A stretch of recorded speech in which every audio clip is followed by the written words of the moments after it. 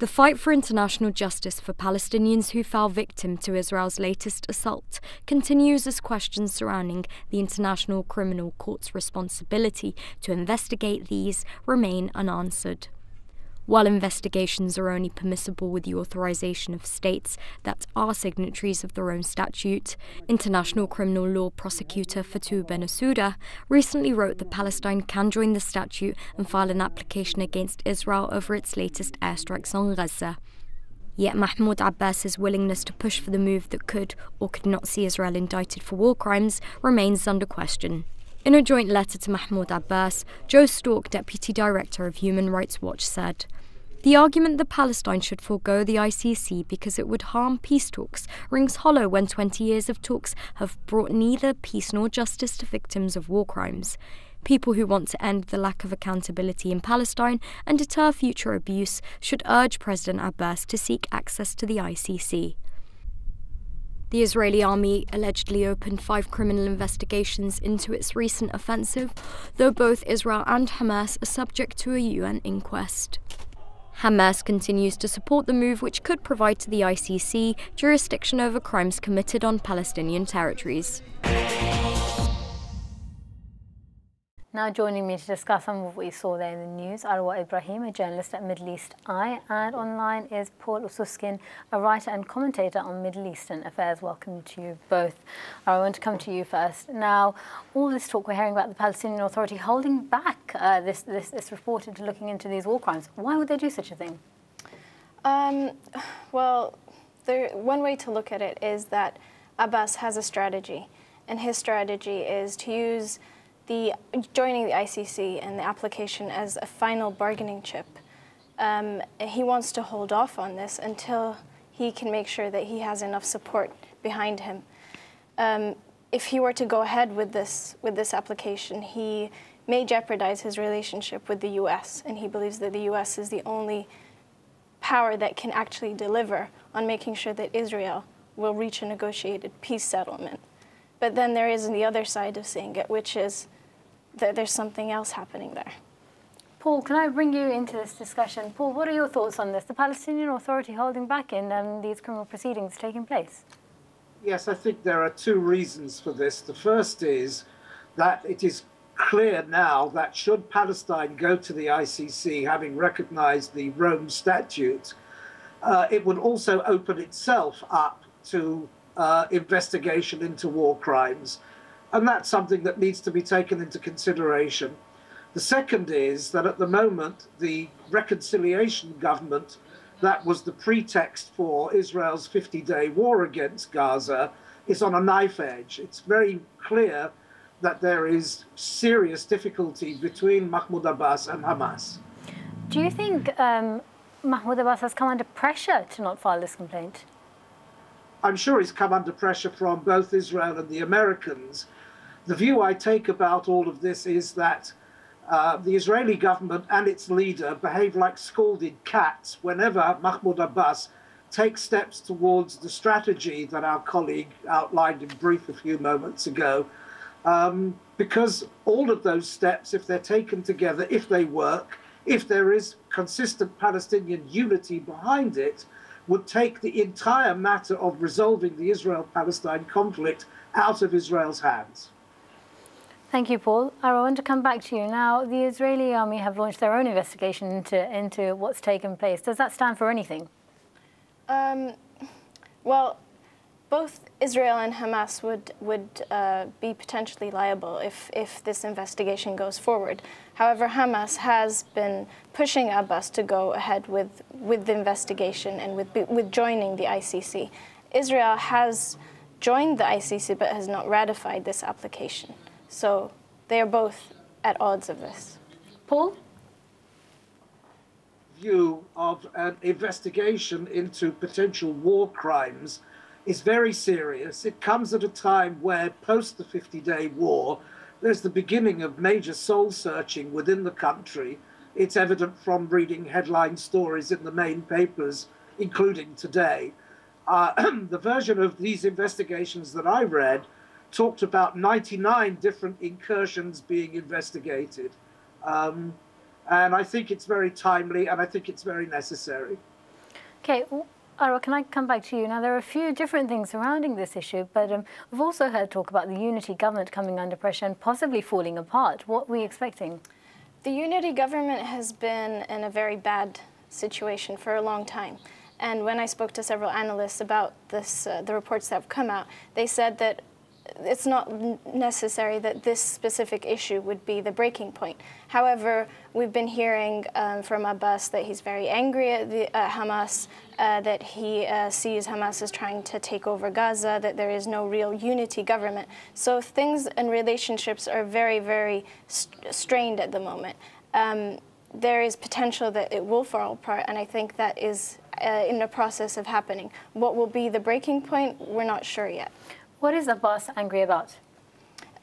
There have been allegations that Hamas wants to negotiate directly with Israel, and Fatah and Abbas are feeling that they are being kind of put on the side by that happening. They are also saying that Hamas hasn't fulfilled several of its commitments regarding the national unity government.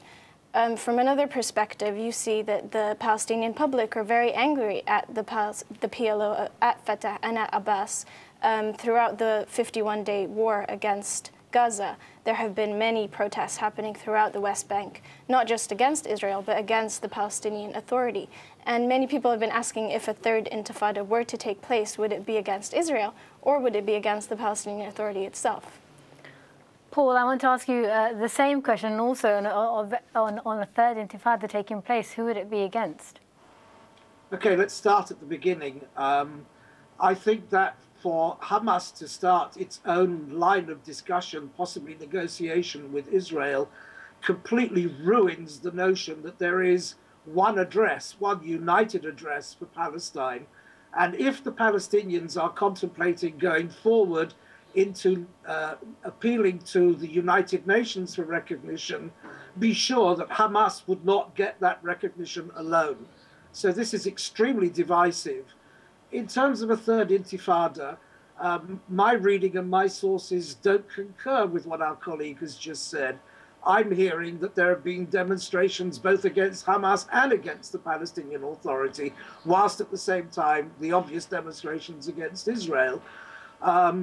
The idea that there would be a third intifada is something that's been mooted a lot in the Israeli press. I'm not sure that they completely dismiss it, but I think they are able to discern how exactly viable such an intifada could be.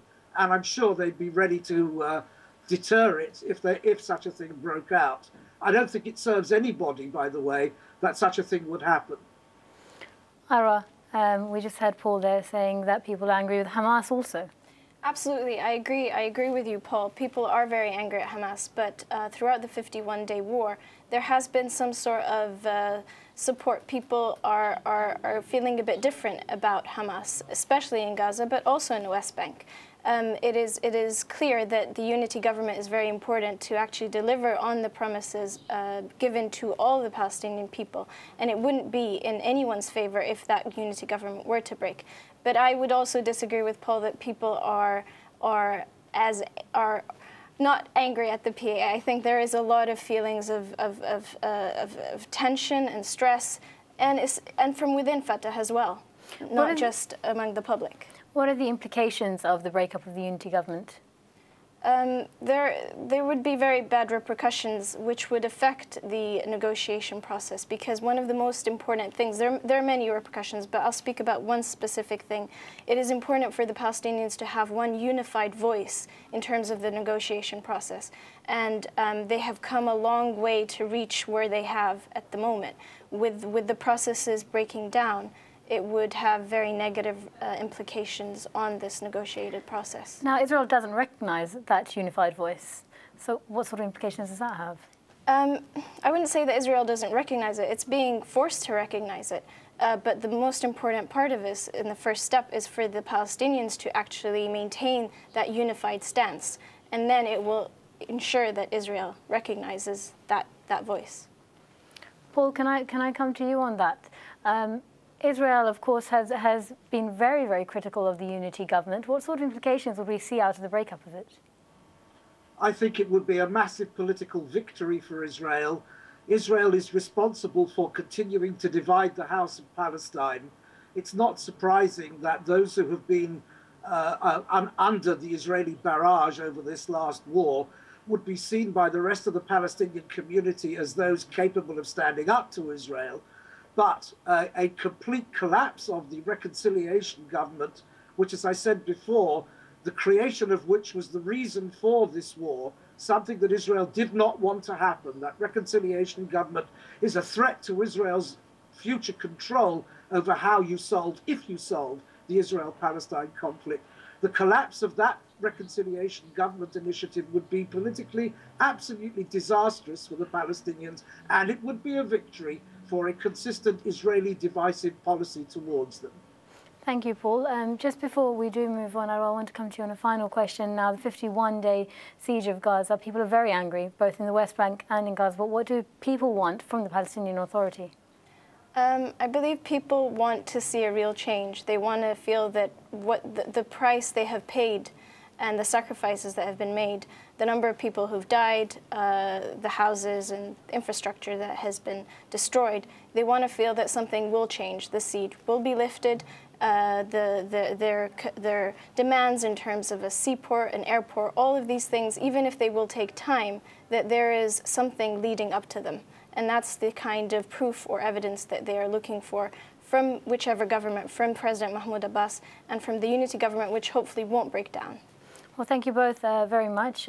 Before we go to a break, let's take a quick look at some of the news on Twitter. DNA India tweeted the South Asian wing saying that they've taken responsibility for a Karachi Naval Dockyard attack. 3 people have so far been arrested and 1 fatality confirmed. The group have claimed to have worked with the Pakistani Taliban in carrying out the attack. In Morocco, a Senegalese immigrant was murdered recently in a brutal racist attack. Khalid Beidoun tweets that about protests in the wake of the attack. Protesters took to the streets of the capital Rabat to demonstrate against racism aimed at black Africans. Another allegation of Islamophobia in America has been tweeted by Ruqayya Shamsuddin. A Muslim rider filed a complaint after an Oregon-based bus driver asked him, "How's the jihad going?" A Muslim passenger claims the bus driver asked him the question as he boarded the bus with his head covering. Finally, a reminder to a story we covered earlier this week. Sunny Hundal tweeted about Denmark and their rehabilitation program offered to Danish Muslim fighters returning from Syria and Iraq. We've come to a break now, but join us after this break when we'll be exploring Sharia-compliant student finance here in the UK. But before that, here's a short promo for a special programme we have over the weekend on the Scottish referendum. You've seen the debates, you've analysed the data, and you've read every report on Scotland's future. Now, hear from the country's Muslim community. Why are so many Muslim Scots set to vote yes? How will independence alter life for Scotland's 77,000 strong Muslim community? As Scotland readies to decide on its future, we hear from those at the heart of the community and at the centre of what could be a new Scottish government. Join me, Chris Banbury, for a weekend of special reports from Scotland. The Scottish Referendum, The Muslim View, on Saturday and Sunday at 9 p.m. on the Islam Channel.